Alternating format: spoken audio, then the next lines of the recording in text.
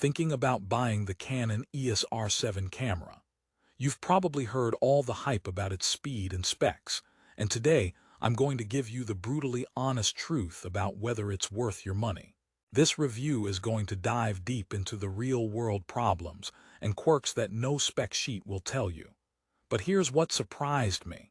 I found myself using it for weeks and discovered some deal-breaking flaws that genuinely shocked me. However, I also found the one specific type of photographer who absolutely should buy this camera today. For the best price, click the link in the description. Act 1. The deceptive allure, a hype machine with killer specs. Let's be real on paper. The Canon EOS R7 looks like a dream. A 32.5 megapixel APS-C sensor for $1,549. Check. Blazing fast shooting at 15 frames per second mechanically and 30 frames per second electronically. Check. Canon's legendary dual-pixel autofocus with subject tracking for animals, cars, and sports. You bet. It's like Canon took a checklist of what enthusiasts want and built a camera. And for many people, this camera will deliver stunning results. Its 4.8-star rating on Amazon isn't a lie. And this is a massive, but specs are like a restaurant menu photo. The reality of the meal can be very different. Therefore, let's pull back the curtain. The first major problem, it's all about that sensor.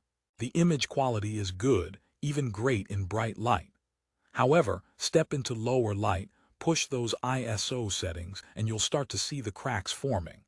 The noise performance, while decent, is a clear step behind what you'd get from a similarly priced full-frame camera.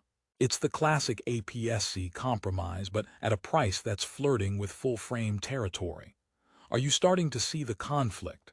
This leads me directly to problem number 2, the lens ecosystem, or should I say, the lack thereof. Canon's RF lens system is fantastic, but it's primarily built for full-frame cameras. Sure, the R7 can use them, but you're often paying for glass and weight you don't fully utilize. The dedicated APS-C RFS lenses, the selection is slim. It's like showing up to a party with a great suit but only one shirt. You can make it work, but you feel limited. You'll be relying on adapters for older EFS lenses, which is a fine solution, but it defeats the purpose of a compact, mirrorless system. So you have this incredibly capable, fast camera body that's sometimes held back by the glass in front of it. That's a crucial consideration. But wait, it gets more interesting when you start shooting video. Act 2. The devil in the details, where the hype meets reality.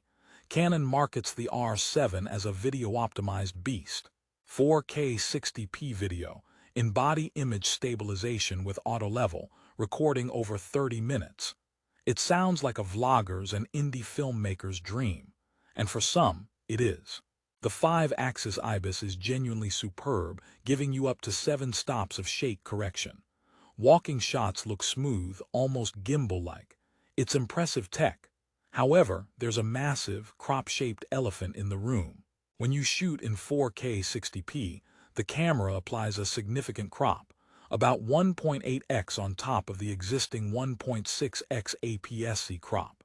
So your nice, wide lens suddenly becomes a telephoto. It's like the camera gets stage fright and tries to hide in the corner. This makes it incredibly challenging for solo creators who need a wide field of view. You'll need an ultra-wide lens just to get a standard look. Not ideal.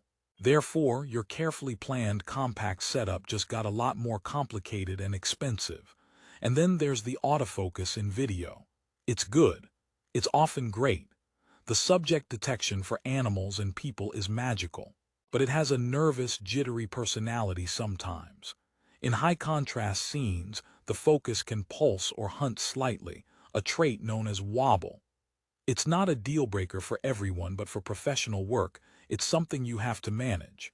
Think of it as a super-talented intern who occasionally overcaffeinates. It gets the job done, but you have to keep an eye on it. Pair this with the fact that the camera can get quite warm during long recording sessions, and you have a tool that demands respect and understanding, not just point-and-shoot simplicity. But what about the hero feature, the speed? That must be flawless, right? Well, mostly. The 30 FPS electronic shutter is a technological marvel for capturing the perfect moment in sports or wildlife.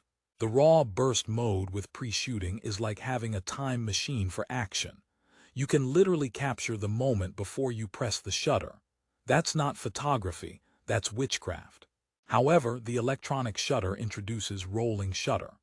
Fast-moving subjects or quick pans can make vertical lines look like they're made of jelly. So for serious sports shooters, you'll likely live on the 15 FPS mechanical shutter, which is still blisteringly fast. It's a trade-off. Every strength has a corresponding weakness. This camera is a constant conversation of compromises. But here's the twist. For one group of people, these compromises don't just vanish, they transform into the camera's greatest superpower. Act 3. The resolution: who this camera is actually for. After all this criticism, you might think I hate the Canon EOS R7. I don't. In fact, I can wholeheartedly recommend it, but only to a very specific person.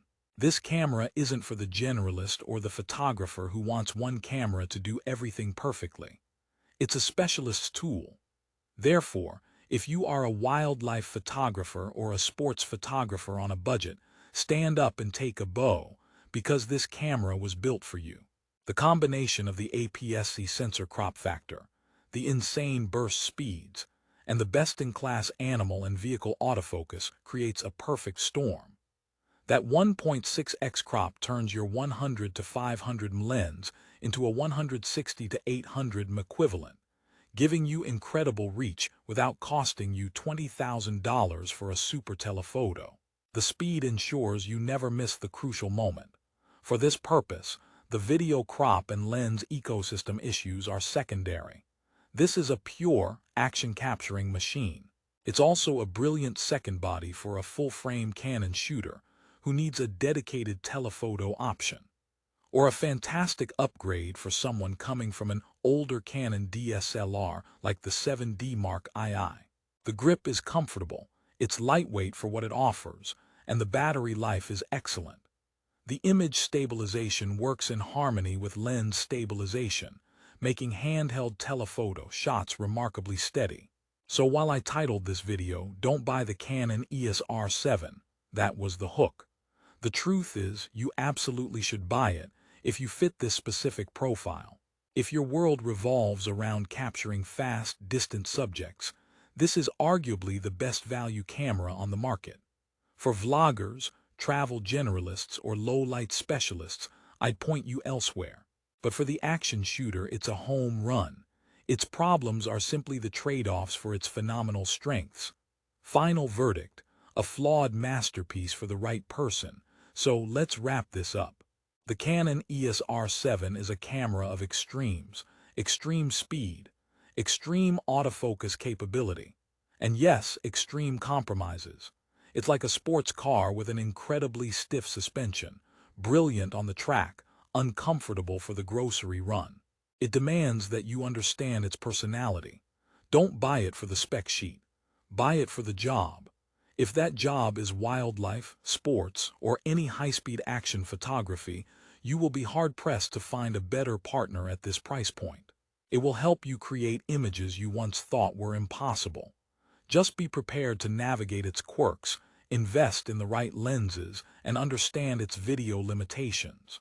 For that specific photographer, it's not just a good camera. It's a game changer. Therefore, check your needs against its profile. If they align, you've found your next camera. For the best price on Amazon and to see the current deals, click the link in the description below. Thanks for watching.